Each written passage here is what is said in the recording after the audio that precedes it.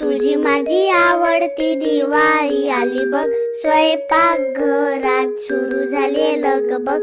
खरपूस बेसनाची सुगंधी दरवळ, 1 2 3 4 लाडू आले भरभर.